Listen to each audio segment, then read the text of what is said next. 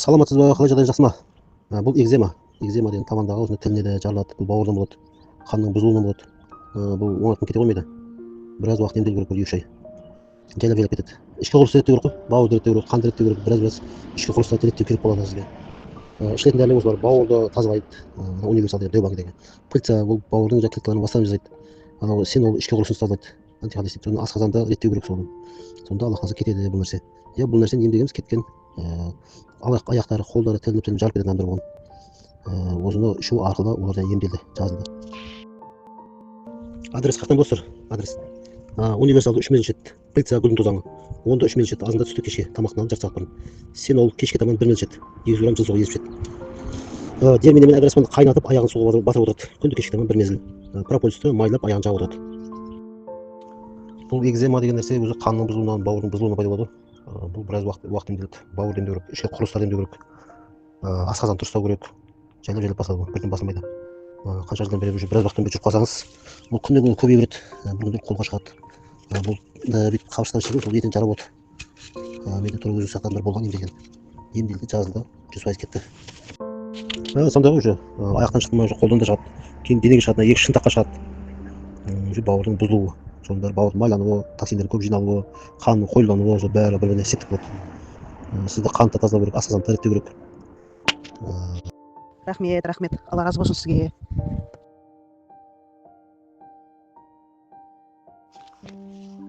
Мен ертең Алла қаласа бүгін ертең азында салам ғой Түркістанға. Сол таксимен сөйлесіңіз, өзі сізге хабарласады барғаннан кейін. Звондайды.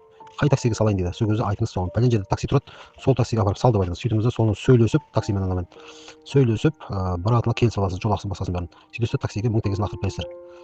Енді бұл жерге қызды жаңғыруды жаздым ғой. Енді ары қарай Түркістанға барғаннан кейін анаған сал, мынаған сал деп өздеріңіз айта бересіздер. Сіздің айтқан қалаған таксиге салып береді апарып.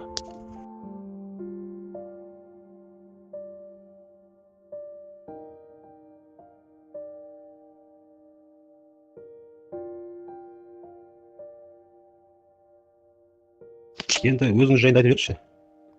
Қазір маған бір келіншек хабарласып жатыр да, Алматы жақтан. Экзема жөнінде сұрап жатыр. Нәтиже көрген адам бар ма екен дейді. Өзіңіз қанша уақыт болды қабылдағаныңызға? Бұрын қандай еді, қазір қандай болды? Сол жөнінде айтып берсеңіз дұрыс болар еді. Ол қызды сіз сияқты қатты қиналып жүрген, басқа шыққан, алақанға шыққан, қабыршақтан тілініп кеткен қолдары. Сол жөнінде кішкене айтып берсеңіз, мен сол қызға жіберейін, ол қызда сіз сияқты нәтиже көрсін, пайдасын көрсін екен дегенім ғой. Соны аудиозаписпен айтып берсеңіз қандай болар еді? Осы экземамен қанша уақыт жүрдіңіз? Одан кейін қанша уақыт ем алдыңыз? Соны бар, қалай істедіңіз, соның бәрін айтып берсеңіз бір ауыз. Егер уақытыңыз жатса. Менде табаныма экзема шыққан осыдан 30 жыл бұрын. Саламатсыздар ма? Менде табаныма экзема шыққан осыдан 30 жыл бұрын. Баста аз-аздан тұғын, қатты қышиды, қышуы қанбайды, ішінде жыбырлап құрт жүрген сияқты болады. Қатты қасығаннан табаным тілініп кететін тұғын, қанайды, аяқты басамай қалатын. Биыл вообще жүдә қиналып кеттім. Беті қабыршақтанып, түлеп, түрі енді жаман болып кеткен. Оған істемеген нәрсем жоқ. Больницаға жатып, басқа жағымды емдеп, больницаға жатсам, антибиотик салдырсам, шамалы қайтады. Артынша қайттан асқынып кетеді. Ирсактың кремдерінде жақтым, былайша крем для ног дегенде жақтым, маздарды алып жақтым, бетін ғана қайтарады. Ішкі құрылысты неғылу деген менде ойда болмаған. Өзім білгенімше аяғымды тек жаға бердім. Дерматологтарға барсам, ішкі құрылысты тазалау керек, соны емдеу керек деп айтты, бірақ оны не алған жоқпын да, құнттап қолға алған жоқпын.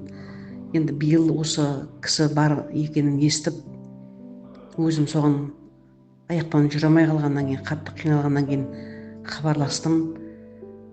Дәрі алдым, универсал, сенол, пыльца, дермене аяқты жуатын, аяқты салып отыратын. Одан несі мазь бар, қолдан істеген.